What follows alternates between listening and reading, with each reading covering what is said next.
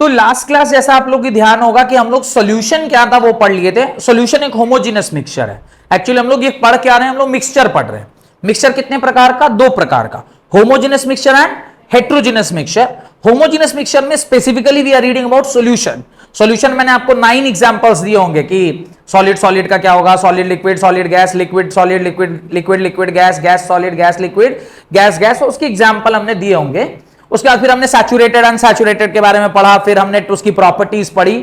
अब आज की क्लास में हम लोग कंसंट्रेशन ऑफ अ सॉल्यूशन पढ़ रहे हैं। What is concentration? अब देखिए, जब कभी भी कोई सॉल्यूट को आप सॉल्वेंट में डिसॉल्व करते हैं, whenever you dissolve a particular solute, आप किसी भी सॉल्यूट को किसी भी सॉल्वेंट में आप क्या करते हैं?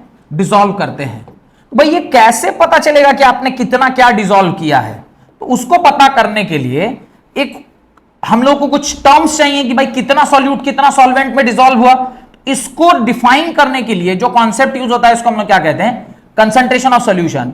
आपके सिलेबस में सच तो 12 कंसंट्रेशन टर्म्स हैं टोटल, जो आप 11 में पढ़ेंगे। फिलहाल आपके लिए सिर्फ 3 पढ़ाया गया है। One is mass by mass percent, second is volume by volume percent, और थर्ड इज स्ट्रेंथ ऑफ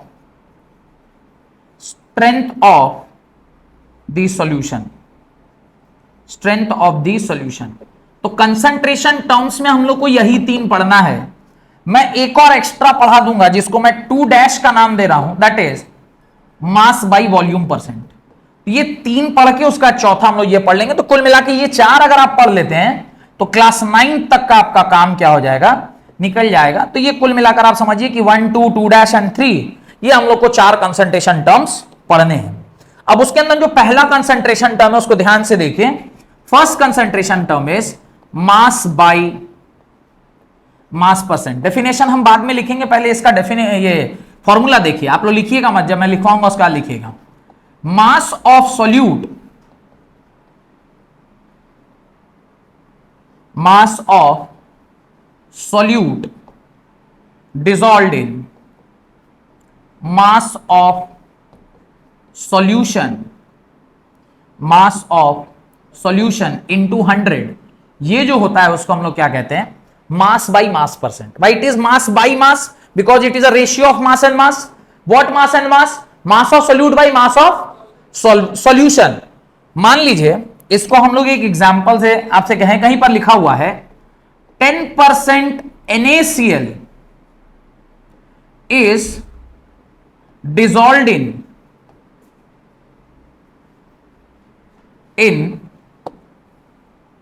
या 10% NaCl मिक्सचर लिख दिया। मान लिया ऐसा लिख दिया कि 10% NaCl मिक्सचर है इस, और ये भी 10% बाई मास। कैसा लिखा हुआ है? 10%। ये कौन सा बाई मास? क्योंकि इसके अंदर पढ़ रहे हैं, मैं अज्यूम कर रहा हूं कि मैंने बाई मास ही लिखा है। इसका क्या मतलब है? इसका मतलब है 10 ग्राम्स ऑफ NaCl। यहां पर क्या है? ये NaCl सॉल्यूट है, is dissolved in 90 grams of solvent, जो मुझे नहीं पता। क्यों नहीं पता? क्योंकि उसने मिक्सचर बोल दिया है। To make 100 gram solution. Logic clear है कि अगर कहीं पर 10% NaCl बाई मास मिक्सचर लिखा हुआ है, इसका क्या मतलब है? 10 ग्राम का नमक आपने 90 ग्राम का सॉल्वेंट में डाला है ताकि दोनों मिलाकर क्या हो जाए? 100 ग्राम हो जाए। तो आपका जो सॉल्यूशन है वो कितने ग्राम का है? 100 ग्राम का है। उसमें 10 ग्राम क्या है? सॉल्वेंट है, सॉल्यूट है। तो 90 ग्राम क्या होगा? सॉल्वेंट होगा। तो ये जो परसेंटेज लिखा होता है इसका मतलब समझ में आया? तो अगर कहीं पर ऐसे एक स्टेटमेंट दे दे कि 20% बाई मास एसिटिक एसिड कहीं पर मिला हुआ है, इसका क्या मतलब है? 20 gram of acetic acid 100 gram solution में डिसॉल्व है, उसमें 80 ग्राम क्या होगा? जिस भी पर्टिकुलर सॉल्वेंट में उसको डिसॉल्व किया होगा। तो यानी ये जो परसेंटेज कंसंट्रेशन में अगर आपको 10% बाई मास बोल दिया तो इसका मतलब आपको ऑलरेडी वो बता दिया कि 10 ग्राम सॉल्यूट है और 90 ग्राम क्या है? सॉल्वेंट है। अलग से मास देने की आवश्यकता नहीं है। अगर परसेंटेज में दे दिया मतलब मास ऑलरेडी आपको गिवन है। तो इसको पढ़ते ऐसे हैं। क्लियर? तो ये हो गया मास बाई मास। ठीक है, तो आप लिखिए मास बाई मास लिखिए। The number of parts by mass of one component, mass by मास को डिफाइन करिए। The number of parts by mass of one component. अच्छा, ये मैंने मास बाई मास सॉल्यूट का लिखा है। अगर मास बाई मास सॉल्वेंट का लिखना चाहेंगे तो क्या होगा? Mass of solvent by mass of solution into 100। तो अगर मान लीजिए कहीं लिखा है 70% वाटर का मिक्सचर है NaCl के साथ, तो इसका क्या मतलब है? 70 ग्राम क्या है? पानी है, और 30 ग्राम क्या है? नमक है।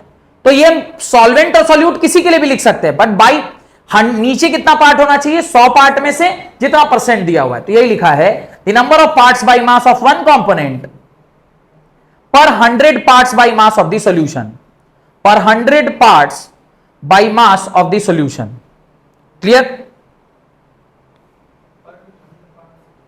100 पार्ट्स पर 100 parts by mass of the solution, पर 100 पार्ट माने टोटल 100 ग्राम होना चाहिए। ग्राम ले लीजिए, केजी ले लीजिए, जो भी लीजिए।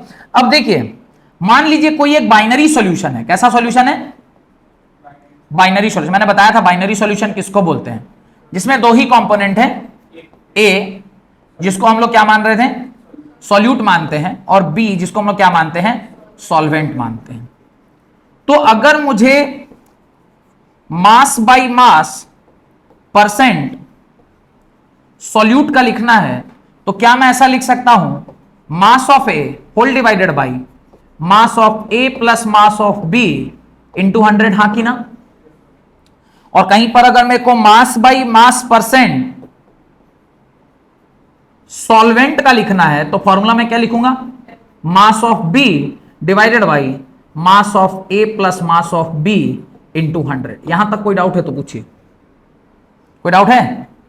तो ये दोनों फॉर्मूला भी आप लिख लीजिए अपनी कॉपी में। ये दोनों फॉर्मूला भी अपनी कॉपी में लिख लीजिए। और इसके बाद जो पिछले स्लाइड में हमने एग्जाम्पल दिया था, इसको भी आप लिख लीजिएगा। ठीक है, पहले इसको लिख लीजिए।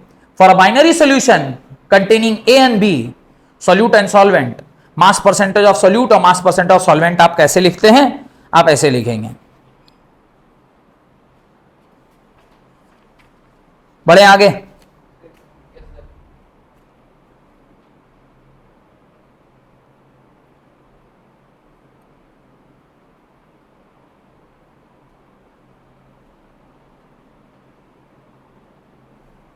क्लियर? बढ़े। इसका एक एग्जाम्पल, ये एग्जाम्पल लिख लिए, ये एग्जाम्पल लिख लिए, ये लिख लीजिए। और एक और एग्जाम्पल मैं लिख लेता हूं, दूसरा एग्जाम्पल नंबर 2, जो कह रहा 70% ऑफ वाटर। हाँ, हो सकता है।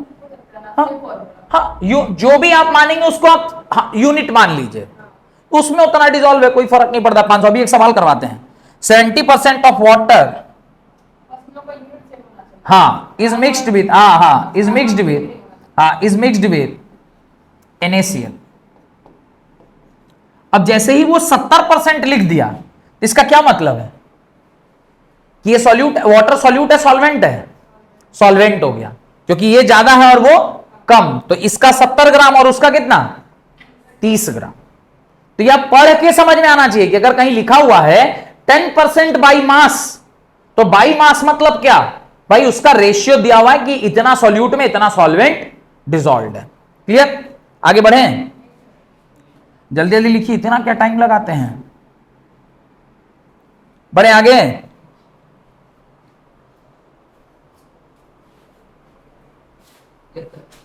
चलिए, नया लिखिए, क्वेश्चन लिखिए। Write a question. Calculate the masses of sugar cane, calculate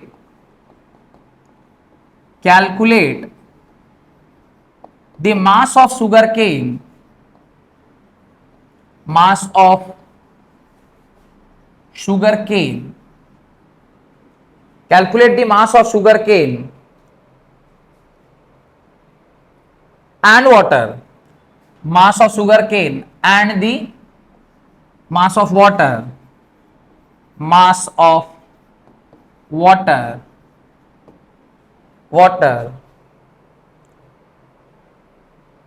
required to prepare 250 gram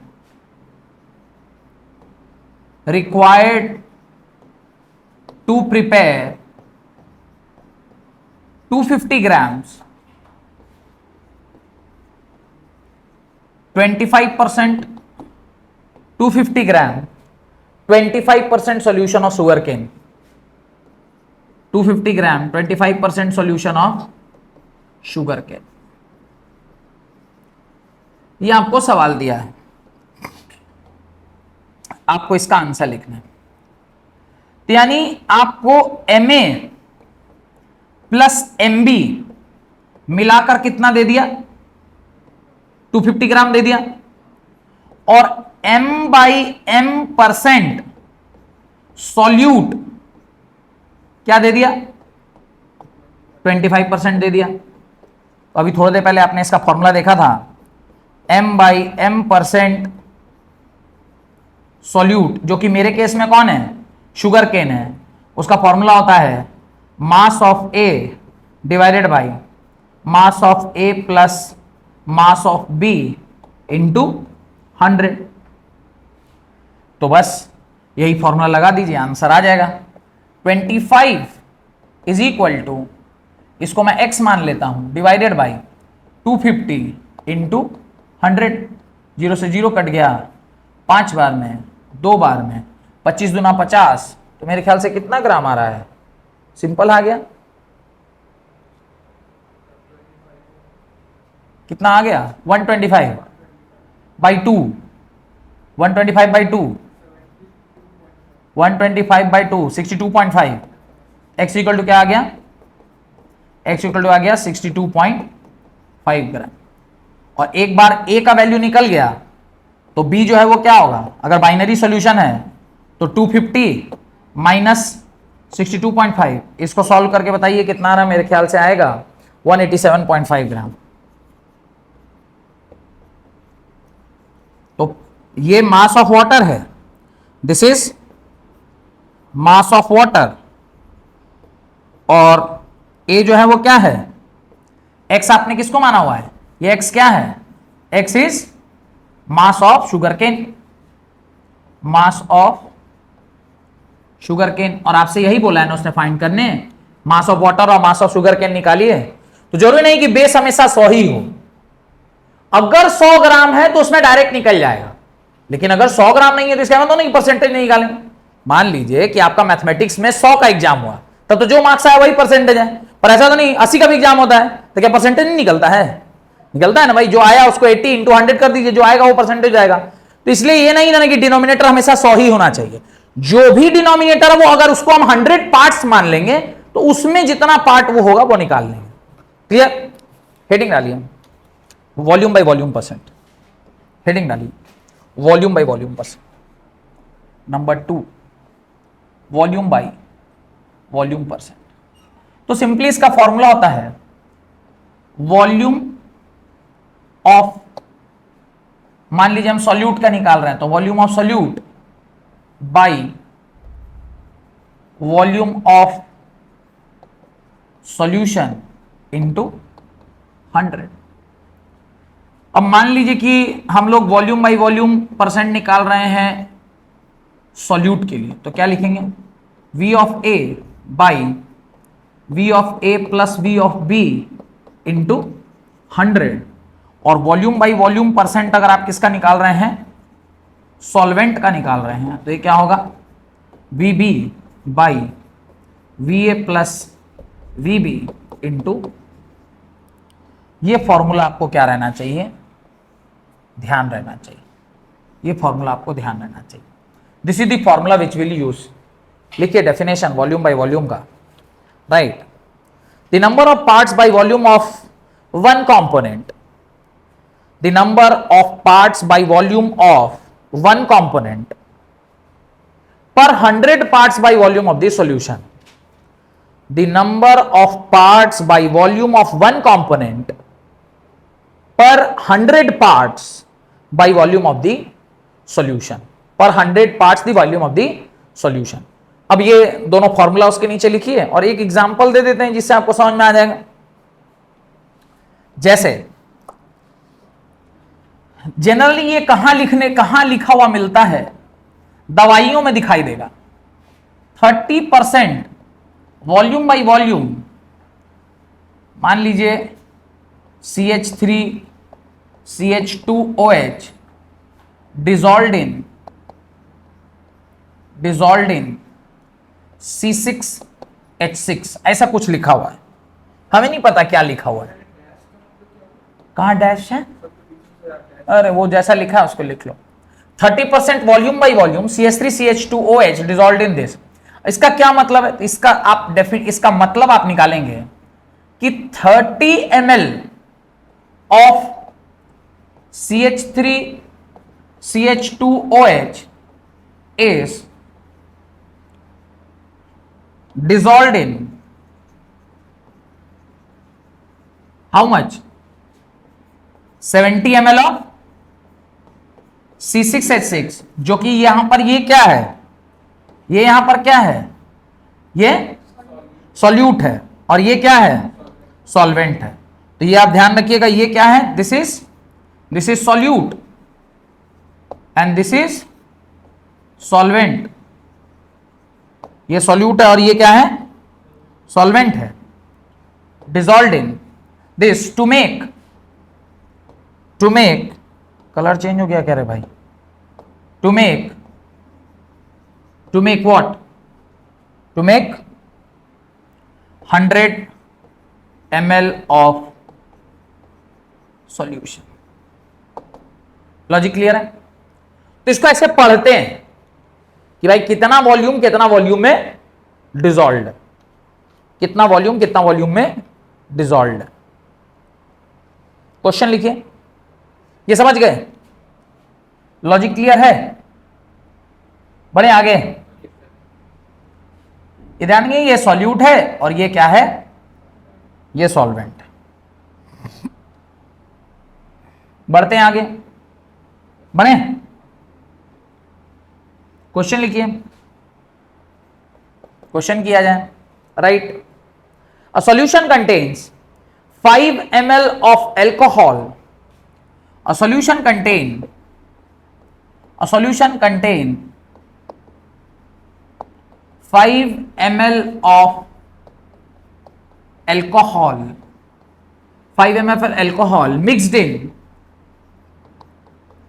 75 ml of 75 ml of water, 75 ml of water H2O. Calculate the concentration of solution in terms of volume percentage. Calculate the concentration of solution in volume percent, volume by volume percent. इसका हम लोगों को क्या निकालना है, solution निकालना है। ध्यान से देखिए, मान लीजिए मुझे VA पता है क्या, हाँ पता है, कितना है 5 ml। मुझे VB पता है क्या, कितना है 75 ml।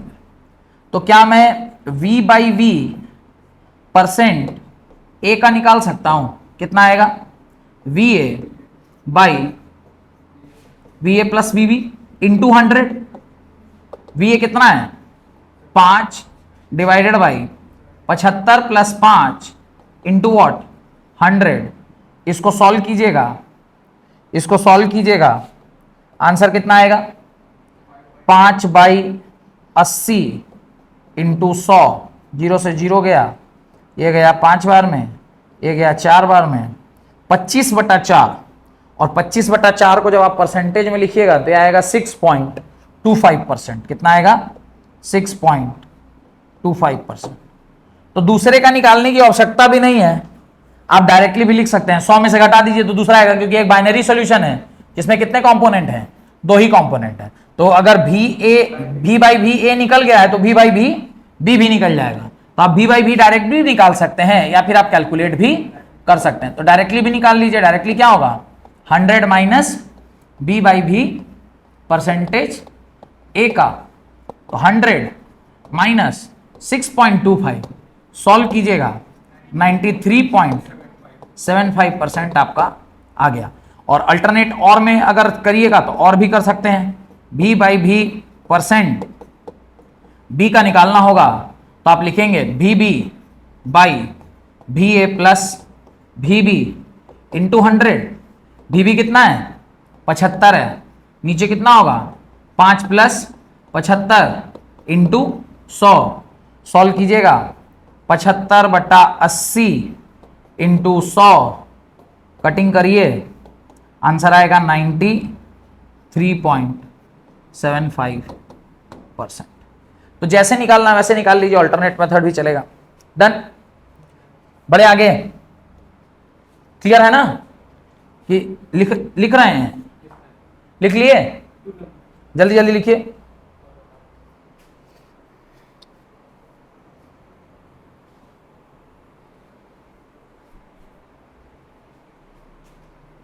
बड़े आगे,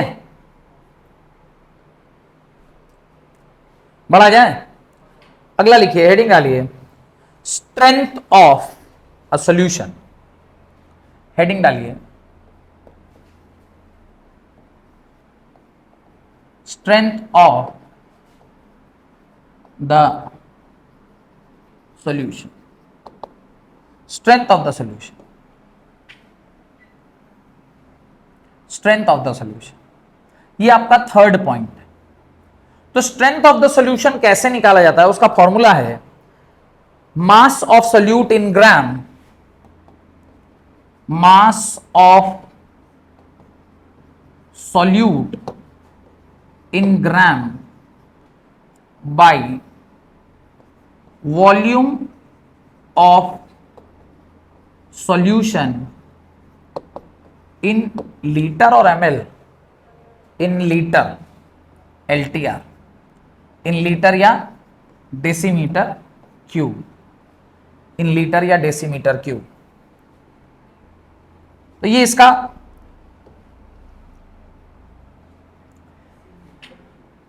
अब ये कैसे निकलता है ये भी देख लीजिए, सीख लीजिए। रिलेशनशिप यह याद रखना है, 1 cc is equal to 1 ml के बराबर होता है।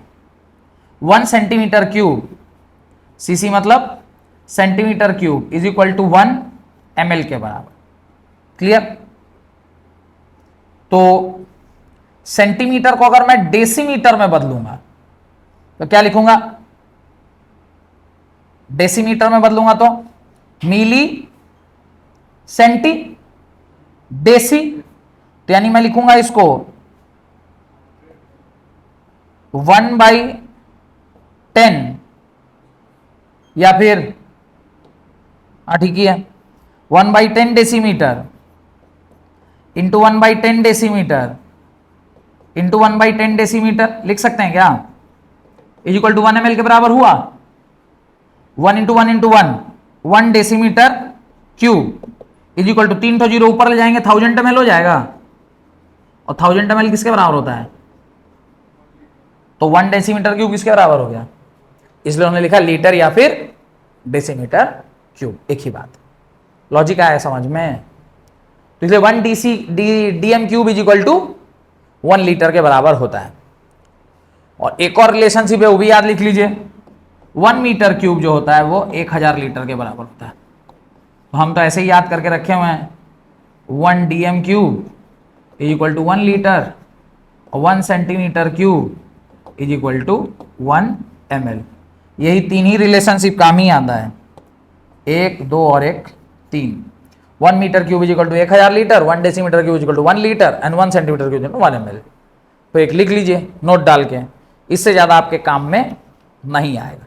तो डेफिनेशन लिखा जाए, the amount of solute in gram present in 1 liter of the solution, the amount of solute in gram present in 1 liter of solution, 1 liter of solution is known as the amount of solution in gram present in 1 liter of solution, present in 1 liter of solution is known as strength of solution।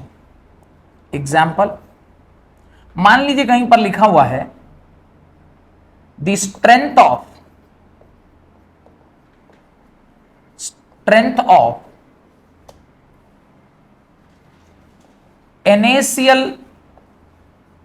aqueous solution is 30. क्या लिखा हुआ है? The strength of NaCl aqueous solution is 30. इसका क्या तात्पर्य है?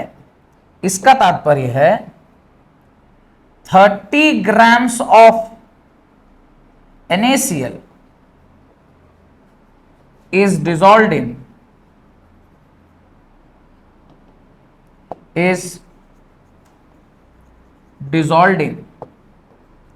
1 liter of H2O. Aqueous solution मतलब solvent कौन है? पानी है। ठीक है, ज्यादातर इसका यूज कहां पे करते हैं? जहां पर आप सॉलिड को किस में डिसॉल्व कर रहे होते हैं? लिक्विड में डिसॉल्व कर रहे होते हैं। डन। एक छोटा सा डेफिनेशन लिख लीजिए उसके नीचे, सॉल्युबिलिटी का। Right the definition of solubility. हाँ है, ग्राम पर लीटर। ऑब्वियसली ग्राम पर लीटर ही होगा ना, मास पर यूनिट वॉल्यूम है। फार्मूला देखो ना यार, मास पर वॉल्यूम है ना, तो यूनिट क्या होगा? ग्राम पर लीटर हुआ, ऊपर ग्राम नीचे लीटर, तो क्या हो जाएगा? ग्राम पर LTR, ग्राम पर लीटर। तो स्ट्रेंथ का मतलब यही होता है। नोट डाल के एक और डेफिनेशन लिखिए, सॉल्युबिलिटी। तो सॉल्युबिलिटी मतलब क्या? What is solubility? घुलनशीलता। सॉल्युबिलिटी मींस घुलनशीलता। कोई चीज की एक घुलनशीलता होती है, कितना घुल सकता है। The maximum amount of solute that can be dissolved in a particular solution to make the solution a saturated solution is known as solubility. उतना सॉल्यूट जिसको आप सॉल्वेंट में मिला दें और सॉल्यूशन क्या बन जाए? सैचुरेटेड सॉल्यूशन बन जाए। तो जब सैचुरेट कर गया, उस टाइम पर जो सॉल्यूट का मात्रा आपने उस पर्टिकुलर सॉल्वेंट में मिलाया है, दैट इज सॉल्युबिलिटी। बिकॉज अब चाह के भी आप उसमें फर्दर सॉल्यूट को डिसॉल्व नहीं कर सकते, तो उसकी सॉल्युबिलिटी को आपने सीमित कर दिया, अब फर्दर डिसॉल्व नहीं हो सकता है। That is called it solubility. तो डेफिनेशन है, लिखिए, the solubility is defined as, note डाल के लिखिए, the solubility is defined as the maximum amount of solute that can be dissolved, the maximum amount of solute, the maximum amount of solute dissolved in 100 gram of dissolved in 100 gram of solvent to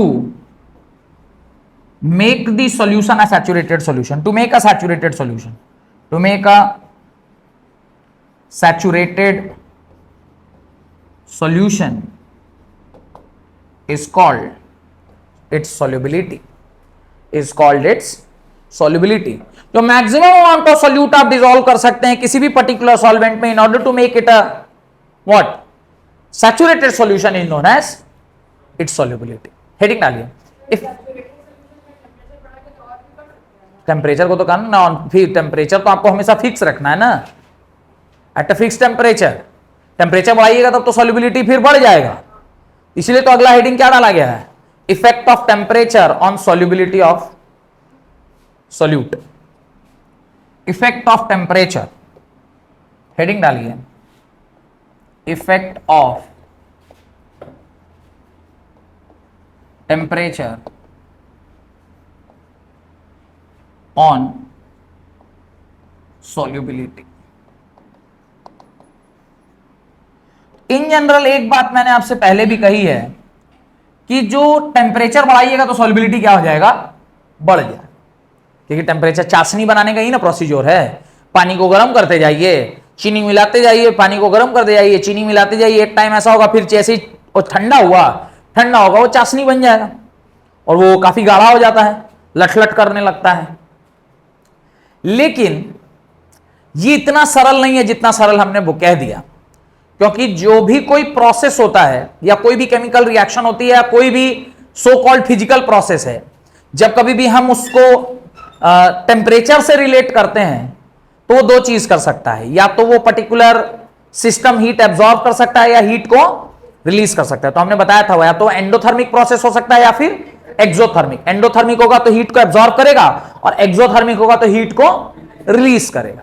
अब ध्यान से सुनिए, अगर endothermic process है, क्या है, अगर endothermic है, एंडोथर्मिक होगा तो पार्टिकल पार्टिकल से दूरी बढ़ाएगा, क्योंकि हीट वो एब्जॉर्ब कर रहा है ना, और हीट एब्जॉर्ब करेगा तो पार्टिकल पार्टिकल के बीच का दूरी बढ़ेगा, पार्टिकल पार्टिकल के बीच का दूरी बढ़ा तो गैप बिटवीन दी पार्टिकल्स बढ़ गया। अब आप सॉल्यूट डालिएगा तो उसमें आसानी से घुस जाएगा। उस केस में जहां पर प्रोसेस कैसा है, एंडोथर्मिक नेचर का है, टेंपरेचर के बढ़ाने से सॉल्युबिलिटी क्या हो जाती है, बढ़ जाती है। लेकिन अगर मेरा प्रोसेस एक्सोथर्मिक है, हीट देने पर हीट माने वो सिस्टम से हीट एब्जॉर्ब नहीं कर रहा है, सिस्टम हीट को क्या कर रहा है, दे रहा है, उस केस में आप टेंपरेचर बढ़ाइएगा तो सॉल्युबिलिटी क्या हो जाती है, घट जाती है। तो सीधे सीधे नहीं कर देना कि टेंपरेचर बढ़ाते हैं तो सॉल्युबिलिटी बढ़ता है, नहीं। अब के बाद क्या बोलेंगे, टेंपरेचर बढ़ाते हैं तो अगर एंडोथर्मिक प्रोसेस है तो सॉल्युबिलिटी बढ़ेगा, अगर एक्सोथर्मिक प्रोसेस है तो सॉल्युबिलिटी घटेगा। ठीक है, लिखिए इस बात को, right. Whenever a solute is dissolved in a solvent, whenever a solute is dissolved in a solvent,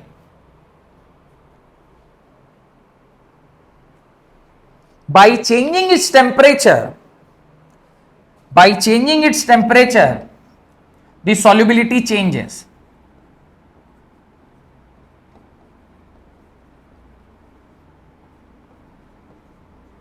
By changing its temperature, the solubility changes. Full stop. If the process is endothermic in nature, right? If the process is endothermic in nature, the solubility increases on increase in temperature.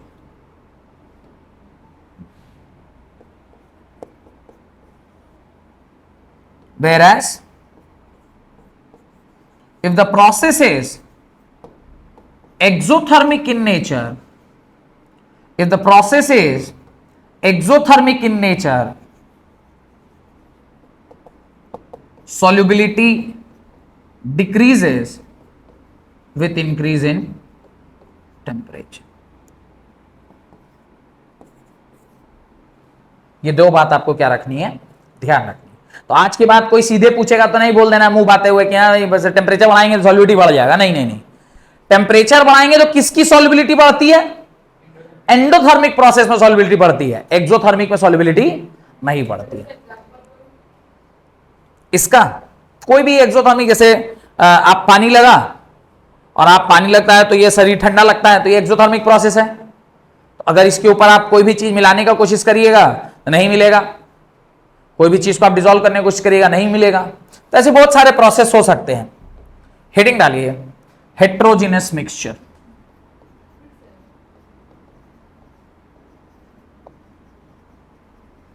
Heterogeneous mixture. अभी तक हम लोग सिर्फ solution solution solution के बारे में पढ़ रहे थे, अब हम लोग किसके बारे में पढ़ेंगे, हेट्रोजिनस मिक्सचर। तो एक तो हेट्रोजिनस मिक्सचर का डेफिनेशन हम ऑलरेडी लिख चुके हैं, ऐसा कोई मिक्सचर जिसमें कॉम्पोजिशन सेम ना रहे throughout. The composition the solute when dissolved in solvent, the composition does not remain same throughout is known as. इसमें हमें दो चीजें पढ़नी है, एक है जिसको हम लोग सस्पेंशन कहते हैं, एक को सस्पेंशन कहते हैं और एक को क्या कहते हैं, कोलॉइड्स या कोलॉइडल, दोनों के नाम से जाना जाता है, COLLOIDAL, कोलॉइड्स या कोलॉइडल दोनों के नाम से जाना जाता है। तो ये हम लोगों को पढ़ना है। अब देखिए बेसिक डेफिनेशन है इन दोनों की वो ये है कि इसका जो पार्टिकल साइज होता है सस्पेंशन का वो लाई करता है बिटवीन 1 नैनोमीटर टू 100 नैनोमीटर, और कोलाइडल का जो पार्टिकल साइज है वो होता है greater than 100 nanometre, greater than 100 nanometre, greater than 100 nanometre. तो ये बेसिक डिफरेंस है इन दोनों के बीच में कि इसका पार्टिकल साइज 1 नैनोमीटर से 100 नैनोमीटर के बीच में होता है, कोलाइडल का उल्टा लिख दिए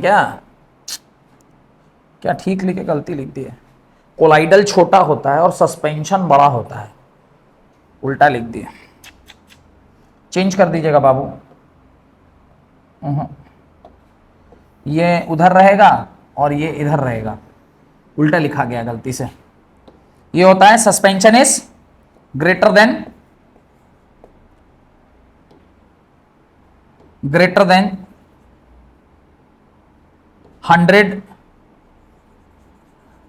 100 नैनोमीटर, और ये होगा 1 नैनोमीटर टू 100 नैनोमीटर। अब इसका जो एग्जाम्पल है ये होता है मिल्क, जो कोलाइडल है। इसका जो एग्जाम्पल होता है वो क्या होता है, जब आप किसी प्रिसिपिटेट, किसी का भी पीपीटी बन जाए, प्रिसिपिटेशन रिएक्शन, प्रिसिपिटेशन रिएक्शन में कोई भी जो प्रोडक्ट फॉर्म होता है, जैसे AgCl, ये एक प्रिसिपिटेट है। तो प्रिसिपिटेट बना मतलब ये क्या है, सस्पेंशन है, ये नीचे जाके जम जाएगा, ये भारी होता है, इसका पार्टिकल साइज बड़ा है। अगर किसी का पार्टिकल साइज बड़ा है तो नीचे जाके क्या हो जाएगा, सेटल डाउन हो जाएगा। जैसे आपको मैंने एग्जांपल दिया था, पानी में आप मिट्टी पर घोल दीजिए तो मिट्टी को थोड़ी देर बाद देखिएगा वो क्या हो जाएगा, सेटल डाउन हो जाएगा। तो इसके पार्टिकल साइज बड़े होते हैं और इसका पार्टिकल साइज छोटा होता है। ये ऑलवेज रिमेन सस्पेंडेड, ये कभी भी सस्पेंडेड नहीं रहता, ये नीचे जाके क्या हो जाता है, सेटल डाउन हो जाता है।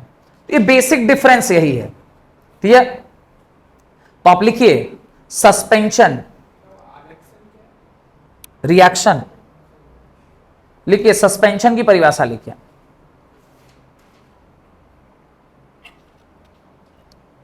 A suspension is defined as a heterogeneous mixture in which a suspension is defined as the heterogeneous mixture in which the solid particles are spread throughout the liquid. Suspension is defined as a heterogeneous mixture in which the solid particles are spread throughout the liquid without dissolving in it. Without dissolving in it. They settle as precipitate. Full stop. They settle as precipitate. They settle as precipitate if the suspension is left undisturbed. अगर आप उसको बिना disturb किए कुछ देर तक छोड़ दीजिएगा तो नीचे आके क्या हो जाएगा, सेटल कर जाएगा। If the suspension is left undisturbed. Clear? लिखिए properties of suspension, properties of suspension, properties of suspension, properties of suspension. कई सारे प्रॉपर्टीज हैं इसके। प्रॉपर्टी नंबर 1 लिखिए, a suspension is heterogeneous in nature. A suspension is heterogeneous in nature.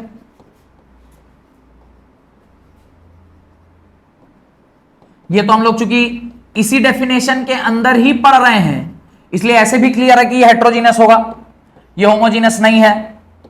Point number 2, point number 2, the particle size is greater than 100 nanometre.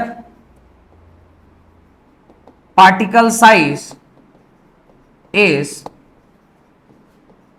Greater then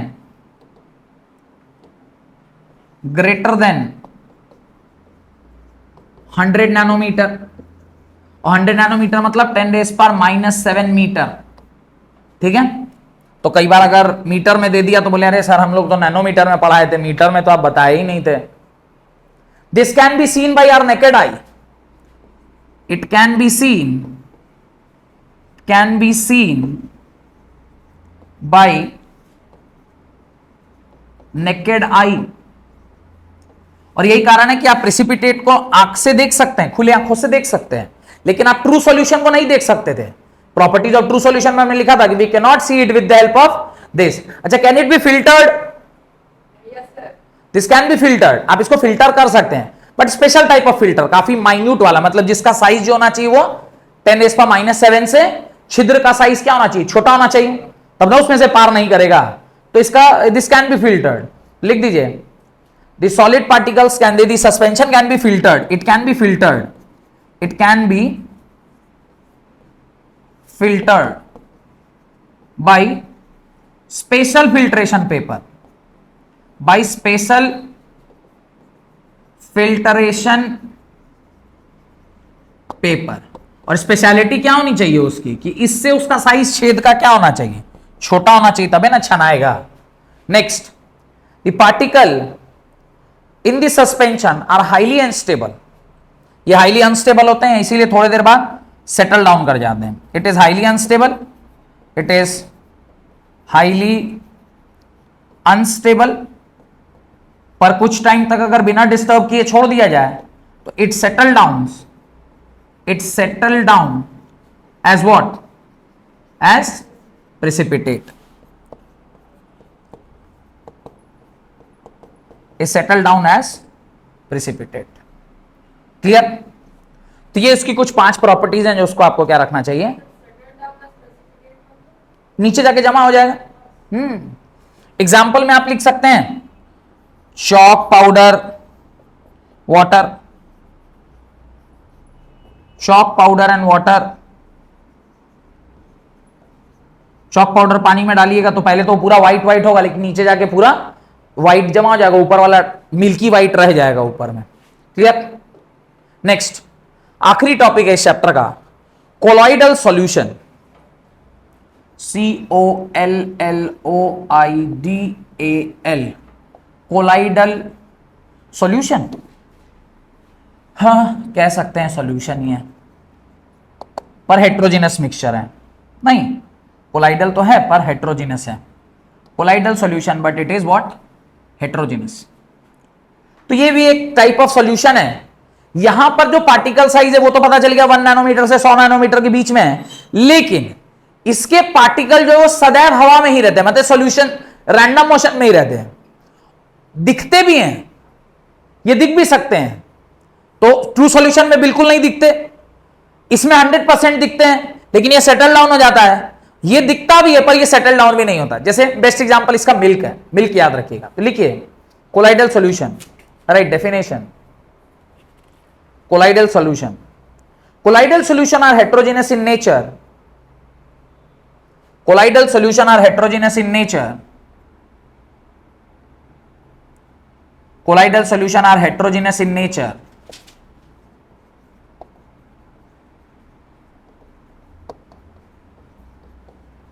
The particle size is in between 1 nanometer to 100 nanometer, which is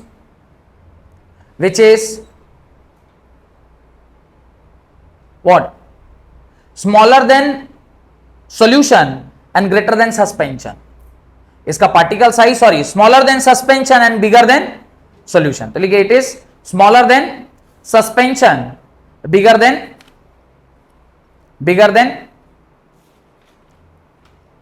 than solution, smaller than suspension,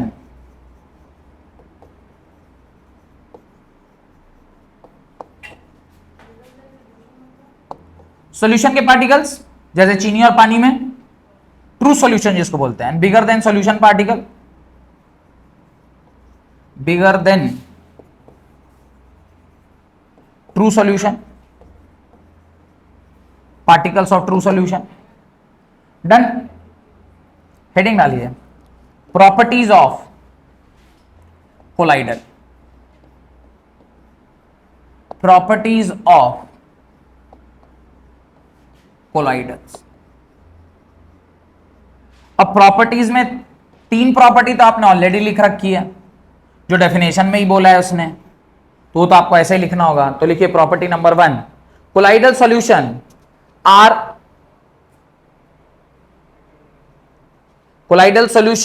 heterogeneous in nature but appears to be homogeneous. Colloidal solution are heterogeneous in nature but appears to be homogeneous. Colloidal solution are heterogeneous in nature but appears as homogeneous। और चूंकि वो appear कर रहा है homogeneous, इसीलिए colloidal के साथ क्या लगा दिए हैं, सॉल्यूशन शब्द लगा दिए, नहीं तो सॉल्यूशन बिना होमोजिनिटी के तो हो ही नहीं सकता है, इसलिए सॉल्यूशन शब्द लगा दिए। Second, colloidal solution are a 2-phase system. Colloidal solution are 2-phase system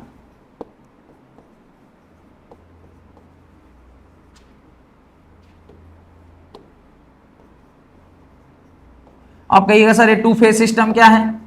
चूंकि ये सॉल्यूशन नहीं है, क्या नहीं है, चूंकि ये सॉल्यूशन नहीं है तो इसके अंदर सॉल्यूट और सॉल्वेंट तो होता नहीं है, इसके अंदर होता है डिस्पर्स्ड फेज और डिस्पर्सन मीडियम। डिस्पर्स्ड फेज या dispersion medium,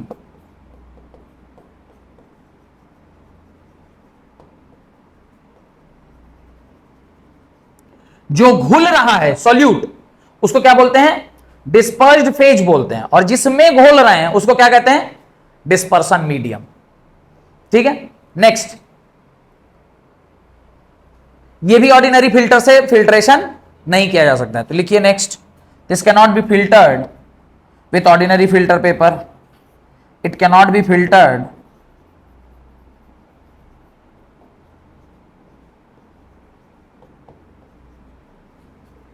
by ordinary paper,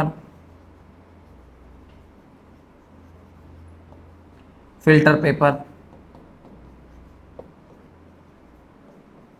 next, अगला point number 4, point number 4, colloidal particles carry charges, it carry charges, यानी कोलाइडल पार्टिकल जो है ये पॉजिटिव या नेगेटिवली चार्ज्ड हो सकता है, अगर इसको घर्षा जाए तो इसमें चार्ज पैदा किया जा सकता है। They move in a random motion called as Brownian movement, बताए थे ब्राउनियन मूवमेंट के बारे में। It moves in a zigzag way, in zigzag motion called as Brownian movement, called as Brownian movement, तो ब्राउनियन मूवमेंट बोलते हैं। Next, next property, property number 6, it can scatter a beam of light. Scattering बताए थे ना, बताए थे, it can scatter a beam of light, ये light को स्कैटर कर सकता है। स्कैटरिंग मतलब it absorbs light and re emit it, कोई लाइट अगर इसके ऊपर पड़ेगा तो उसको एब्जॉर्ब करके री एमिट कर सकता है, और उससे जो लाइट, वही ना वो देख बताया था होगा आपको, टिंडल इफेक्ट बोलते हैं। Tyndall effect is when a white light, यानी एक सूर्य की रोशनी देखे होंगे कभी कभी रूम में, अंधेरे रूम में एक सूर्य की रोशनी वेंटिलेटर से आती रहती है, मैं देखिए कुछ कुछ कीड़ा मकोड़ा टाइप जाता रहता है। वो कीड़ा मकोड़ा क्या है यार, कोलाइडल, वो नहीं, जब वो कभी भी जमीन पे सेटल नहीं होगा, वो गंदा नहीं है कि नीचे रुक जाएगा, और इतना भी छोटा नहीं कि ट्रू सॉल्यूशन है कि दिखाई नहीं दे, पर आप उसको आंखों से देख सकते हैं। क्यों? क्योंकि उस पर टिंडल इफेक्ट, यानी ये स्कैटर कर रहा है लाइट को, लाइट उस पर टकरा रही है और टकरा के जब रिफ्लेक्ट हुई तब ना मेरे आंखों तक पहुंची तो हम देख पाए, तो वो लाइट को स्कैटर करता है। एंड लास्ट एक बात लिखिए, और इसी इफेक्ट को क्या बोलते हैं, टिंडल इफेक्ट, तो लिख लीजिएगा, स्कैटर बीम ऑफ लाइट, और इस इफेक्ट को क्या कहते हैं? Tyndall effect, TYNDALL, Tyndall effect. This is called as Tyndall effect. And last point is, seventh point, ये प्रेसिपिटेट फॉर्म करता है. सॉरी लिखिए, colloidal solution in which only liquid precipitate are present is known as emulsion. क्या कहते हैं इसको? Emulsion. तो पूरा स्टेटमेंट लिखिएगा. Colloidal solution in which only liquids precipitate are known as emulsion, are known as emulsion. Liquid precipitate होता है. क्या प्रेसिपिटेट कर जाएगा? लिक्विड प्रेसिपिटेट कर जाएगा. लिक्विड प्रेसिपिटेट कर जाएगा, उसको क्या कहते हैं? इमल्सन कहते हैं. क्या कहते हैं? इमल्शन. इमल्शन कब बनता है पता है?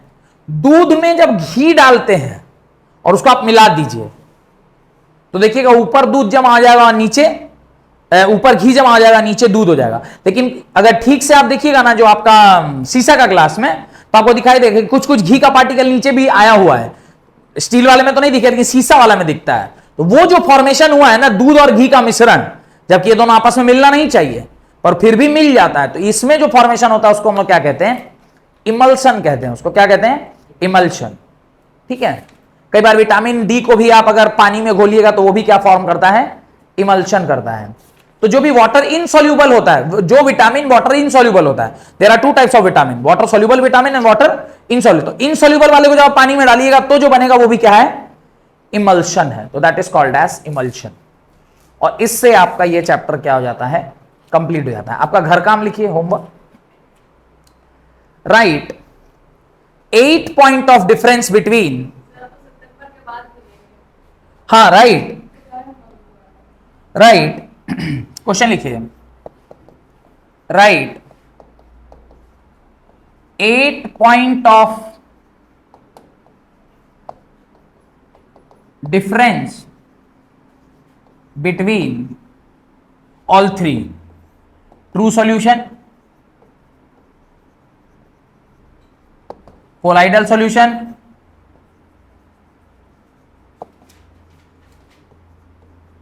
and what? Suspension. Question number 2. Write 5 points of difference between physical change and chemical change. Physical and chemical change. And last, solve 15 numerical, 5 each, based on concentration term. Concentration term. 5 mass by मास पर, 5 volume by volume पर, और 5 mass by volume नहीं पढ़ा है ना, strength पर पढ़ा है, स्ट्रेंथ के ऊपर. डन. इतना करिए. नेक्स्ट अगला असाइनमेंट लिखिए. Question number 4. Solve all the questions given in NCERT book. NCERT book के बीच में इसके अंदर दोनों in text question and exercise question. Exercise question और then solve all the questions given in any one of the reference book. Reference book खुद से खरीदना रहता है, reference book. You can follow Dinesh, you can follow Vinesh, you can follow भीके, इनमें से किसी भी एक किताब को आप फॉलो कीजिए। वीके पब्लिकेशन एक अच्छी पब्लिकेशन हाउस है, आप चाहें तो इसको सॉल्व कर सकते हैं। हमने किताब बहुत देखा, दिनेश विनेश सब देखा, पर भीके से अच्छी बुक अब तक हमने नहीं देखी है, जबकि हम खुद भी दिनेश से ही पढ़ाते हैं। भीके हमारे पास था पर एक बच्ची मांग के ले गई, तो अभी नहीं है, नहीं तो हम भीके से ही पढ़ाते। काफ़ी अच्छी किताब है, तो वीके से भी आप सॉल्व कर सकते हैं। मैं देखता हूँ 1-2 दिन में वीके पब्लिकेशन वाले से मंगवाता हूँ किताब, मैं दिखाऊंगा आप लोगों को। वीके बड़ी अच्छी किताब है। इतना आपको करना है, और मैंने जितना पढ़ा दिया है इससे एक भी सवाल ऐसा नहीं होगा जो अब आपसे नहीं बनेगा, संभव ही नहीं है। आप एनसीईआरटी उठाइए, आप दिनेश उठाइए, आप विनेश उठाइए, सो कॉल्ड कोई भी रेफरेंस बुक उठा लीजिए, आपको जितना केमिस्ट्री हमने पढ़ा दिया है इससे आपको आप भी पढ़ा दीजिएगा आप किसी को। इतना केमिस्ट्री 9 क्लास के लेवल का आपको हमने पढ़ा दिया है। सारी केमिस्ट्री तो नहीं पढ़ा सकते, पर जितना पढ़ा दिए उससे अब आप टीचर भी बन सकते हैं 9 क्लास का। यह आप किसी को भी इतना ज्ञान तो बांट ही सकते हैं। ठीक है, बहुत बहुत धन्यवाद आज की क्लास अटेंड करने के लिए।